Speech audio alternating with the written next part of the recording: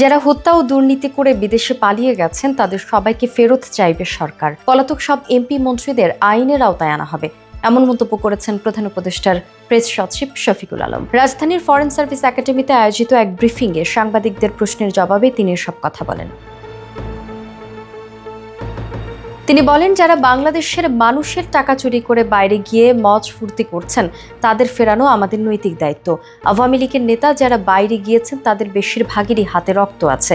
তারা বড় ধরনের মানবাধিকার লঙ্ঘনে অভিযুক্ত, তাদের অনেকে বড় বড় দুর্নীতিতে জড়িত।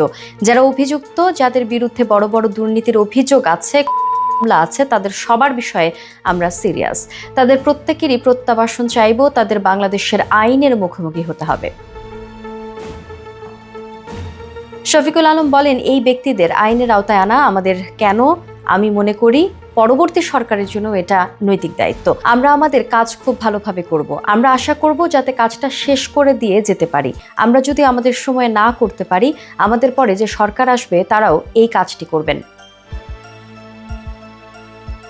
এছাড়া তিনি বলেন, আপনারা পত্রিকায় দেখেছেন একজনের অ্যাকাউন্টে কি পরিমাণ টাকা আমরা পেয়েছি।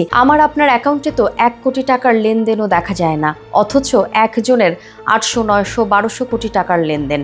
একজন সরকারের সচিব বা মন্ত্রী কত টাকা পায় বলেও প্রশ্ন রাখেন তিনি।